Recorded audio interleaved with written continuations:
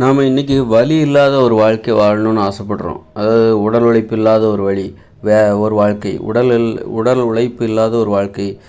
அப்புறம் நம்ம வேலை செய்கிற தொழில் கூட சொகுசாக சீட்டில் உட்காந்துட்டு வாழ்கிற ஒரு வேலை. அந்த வேலை அவ்வளோ ஈஸியாக வராது. கடினமாக உழைத்து படித்தால்தான் அந்த வேலைலாம் கிடைக்கும். அதனால் வலியை எதிர்கொண்டால்தான் அந்த மாதிரி வேலைலாம் பார்க்க முடியும். அப்புறம் ஆனால் வீட்டில் வந்தால் நம்ம உடம்பில் வலி இருக்கணும். அப்போ தான் இயற்கை பற்றின உண்மையை தெரிஞ்சுக்கணுன்னா உடலில் வலி இருக்கணும்.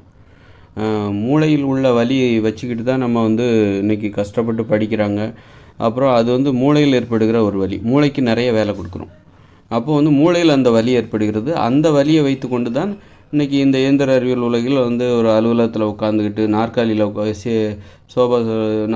உட்காந்துக்கிட்டு உடலில் வலி இல்லாமல் ஒரு வேலையை செய்கிறாங்க.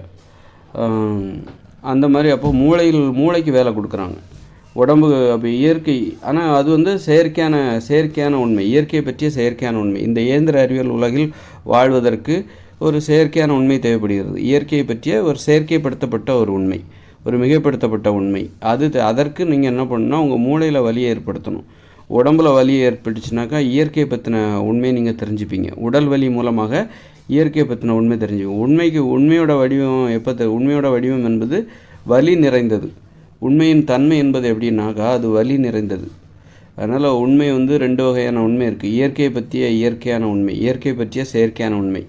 நாம் இந்த இயந்திர அறிவியல் உலகமும் இயற்கை பற்றிய உண்மையை கற்றுக்கொண்டு தான் நாம் ஒரு இயந்திர அறிவியல் உலகை நாம் உருவாக்கியிருக்கிறோம். உண்மை தெரியாமல், இயற்கை பற்றிய உண்மை தெரியாமல் அதை ஆராய்ச்சி பண்ணி தெரிஞ்சுக்கிட்டு தான் நம்ம இப்படிப்பட்ட உலகத்தை உருவாக்கியிருக்கோம். உண்மை இல்லாமல் நம்ம இதெல்லாம் உருவாக்க முடியாது. அதனால் அப்போ இதுவும் பகுத்தறிவு தானே நம்ம நினச்சிட்ருக்கோம். இது இயற்கையை பற்றிய செயற்கையான உண்மை. ஒரு செயற்கையான உலகை உருவாக்குவதற்காக இயற்கையில் என்ன விதிமுறை இருக்கோ அந்த விதிமுறையை எடுத்துக்கொண்டு நாம் ஒரு செயற்கையான ஒரு உலகை உருவாக்கி கொண்டிருக்கிறோம். அப்படி தான் இதை நம்ம புரிந்து கொள்ள வேண்டும்.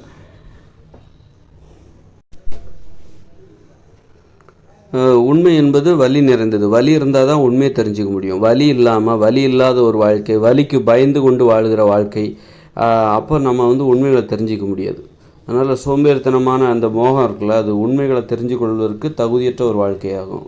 அதனால் நம்ம வாழ்கிற வாழ்க்கை நமக்கு வலியை தர வேண்டும். வாழுகின்ற வாழ்க்கையே நமக்கு வலியை தர வேண்டும். வாழுகின்ற முறை இருக்குல்ல, அதுவே நமக்கு ஒரு வலியை தர வேண்டும். அந்த வலி தான் உண்மைகளை தெரிந்து கொள்ள உதவும். அதனால் நீங்கள் அதுக்கு ஏன் நோய்களெல்லாம் உருவாக்குறாங்க, நோய்களை உருவாக்குற உணவுகளை ஏன் சாப்பிட்றாங்கன்னா, நோய் வந்துருச்சுன்னா உங்கள் வலி உங்களுக்கு இயல்பாகவே கிடச்சிரும். உடற்பயிற்சி செய்ய வேண்டிய அவசியம் இல்லை. உங்கள் உடம்புல நோய் வந்துருச்சுன்னா அந்த நோய் மூலமாக உங்களுக்கு வலி வந்துக்கிட்டே இருக்கும். வலி உற்பத்தி ஆகிட்டே இருக்கும்.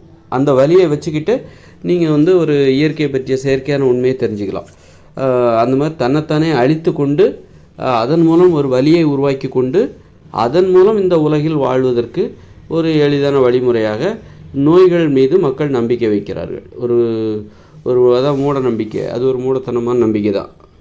நோய்கள் வந்துருச்சுனாக்கா அது எந்த ஒரு நோயாக இருக்கட்டும், ஒரு ஆஸ்மாவோ, வீசிங்கோ, சுகர் பேஷண்ட்டோ, அவங்களுக்கு தினம் அதில் போராடுவாங்க. வலி அந்த நோய் மூலமாக கிடைக்கும்.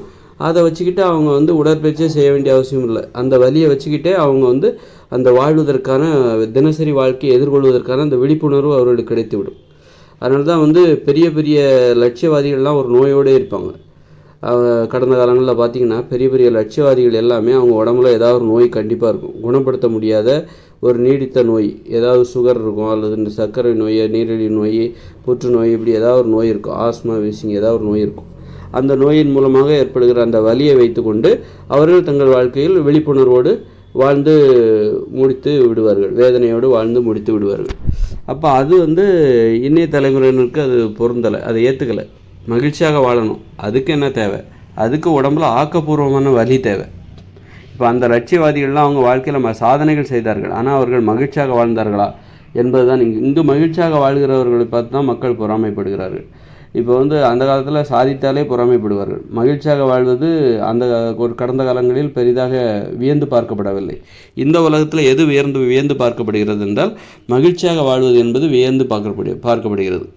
யார் மகிழ்ச்சியாக வாழ்கிறார்கள்? குடும்பமாக, மனைவியுடன், கணவனுடன், காதலியுடன், காதலனுடன், யாரெல்லாம் நண்பர்களுடன் இப்படி ஒரு மகிழ்ச்சியான வாழ்க்கையை யார் வாழ்கிறார்களோ அவர்கள் வியப்பிற்குரியவர்களாக தெரிகிறார்கள். அவர்களை வியந்து பார்க்கிறார்கள் இந்த மக்கள். அதனால் வந்து இன்றைக்கி வந்து அப்போ உடம்புல அதற்கும் வலி தேவை. மகிழ்ச்சியாக வாழ வேண்டும் என்றால் அதற்கும் வலி தேவை. உடம்புல ஆக்கப்பூர்வமான வலி தேவை. அப்போது உடலை ஆரோக்கியமாகவும் நோய்கள் இல்லாமல் இருக்க வேண்டும். நோய்கள் இல்லாத ஒரு உடலில் வலியை எப்படி உருவாக்குவது? உடற்பயிற்சியின் மூலமாக, உடல் உழைப்பின் மூலமாக, உடலை உறுதியாக வைத்துக்கொள்ள முயல்வதன் மூலமாக உடலில் வலி ஏற்படுகிறது. அப்புறம் வந்து அப்போ கஷ்டப்பட்டு ஒரு வாழ்க்கை வாழணும். அப்போ தான் அந்த உடலில் வலி ஏற்படும். அது மாதிரி உணவு முறையும் நீங்கள் வந்து சாப்பிட்ற உணவு வந்து உங்களுக்கு கஷ்டத்தை கொடுக்கணும், கஷ்டமாக இருக்கணும். அதை சாப்பிட்றதே உங்களுக்கு கஷ்டமாக இருக்கணும். அந்த அப்படி இந்த சாப்பாடை சாப்பிடணுமே, காலங்காத்தால் இந்த சாப்பாடை சாப்பிடணுமே, இந்த பழங்களை சாப்பிடணுமே, இந்த காய்கறிகளை சாப்பிடணுமே, இதுதான் உணவு, முட்டை, பால், இந்த மாதிரி இதைத்தான் சாப்பிடணும், இட்லி தோசையெல்லாம் சாப்பிடக்கூடாது. அப்போ தான் வந்து அந்த மாதிரி உங்களை உணவு வந்து ஒரு கஷ்டமாக இருக்கணும், வெறுப்பை ஏற்படுத்தணும். ஆனால் சாப்பிட்டு தான் ஆகணும். உணவு வந்து உங்களுக்கு ஒரு வெறுப்பை ஏற்படுத்த வேண்டும், ஆனால் சாப்பிட்டு தான் ஆகணும். சாப்பிட்டா தான் உயிர் வாழ முடியும். அதனால் நீங்கள் பயந்து சாப்பிடணும். காரண காரியங்களை தெரிந்து கொண்டு ஒவ்வொரு முறையும் நீங்கள் உணவு சாப்பிடும்போது நாம் ஏன் உணவு உண்கிறோம் என்பதை உணர்ந்து சாப்பிட வேண்டும். அந்த உணர்வு எப்போ ஏற்படணும்? அந்த உணவு உங்களுக்கு கொஞ்சம் வெறுப்பு ஏற்படுத்த வேண்டும். அதை சாப்பிடுவதே கடினமாக இருக்க வேண்டும், சிரமமாக இருக்க வேண்டும். கஷ்டப்பட்டு தான் நீங்கள் அதை சாப்பிடணும். அந்த உணவு, அந்த காய்கறி, பழங்கள் 3 பேரையும் இதையே சாப்பிட்றதா?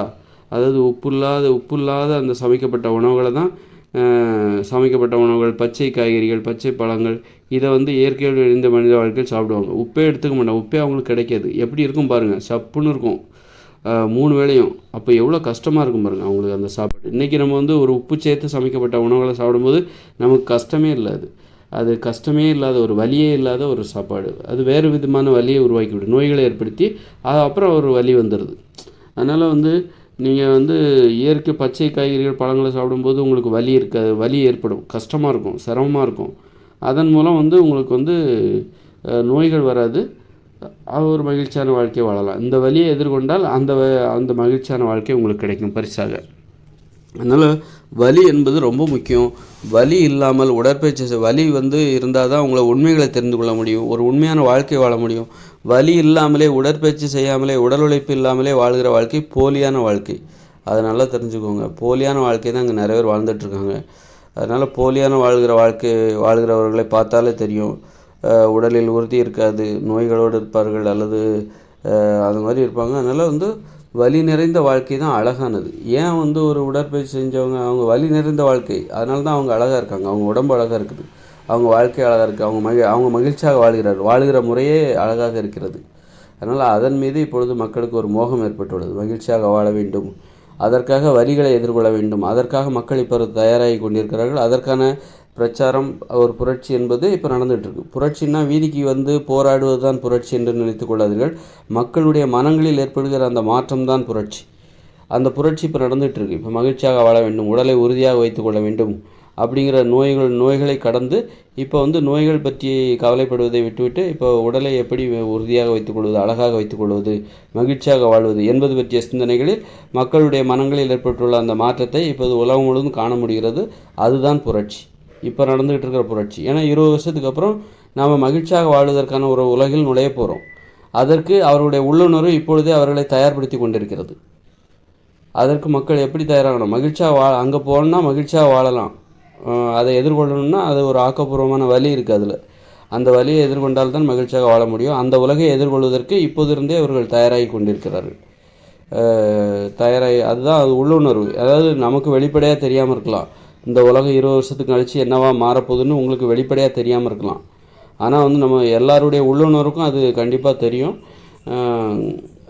அல்லது இது மாதிரி தெரிந்து கொள்வதற்கு நீங்கள் தயாராக இருக்கணும். அந்த மாதிரி தான்.